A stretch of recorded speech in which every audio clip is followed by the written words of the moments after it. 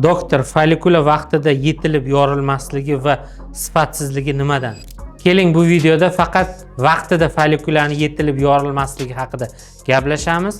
Follikula sifatsizligi haqida alohida video chiqaraman. Follikula vaqtida yetilib yorilmasligining quyidagicha sabablari bor.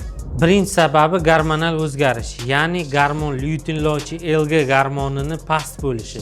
Bu gormon yetilgan follikulani yorilishiga buyruq beruvchi hisoblanadi. Ikkinchi sababi tuxumdonlar devorining qalin bo'lishi, surunkali yallig'lanish jarayonlari tuxumdon devorining elastikligini buzadi.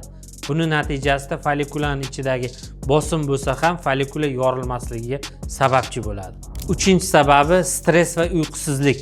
Bu ovulyatsiya ritmini buzadi. Stress gormonlari gipofiz hamda tuxumdon sistemasini izdan chiqaradi. Bu esa follikulalarning yetilishi, yorilishiga bevosita ta'sir qiladi. Bundan ham foydali videolarni o'tkazib yubormaslik uchun sahifamga obuna bo'ling.